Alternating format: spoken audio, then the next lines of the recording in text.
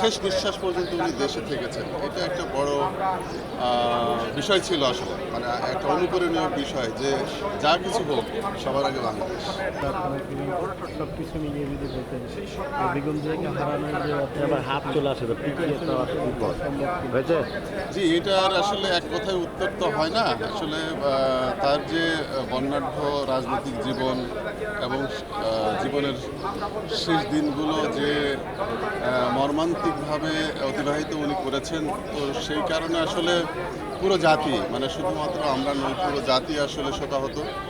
এবং একটা রাজনৈতিক ব্যক্তিত্বকে আমরা হারিয়েছি যিনি দেশের জন্য চিন্তা করতেন, দেশের মঙ্গল চাইতেন এবং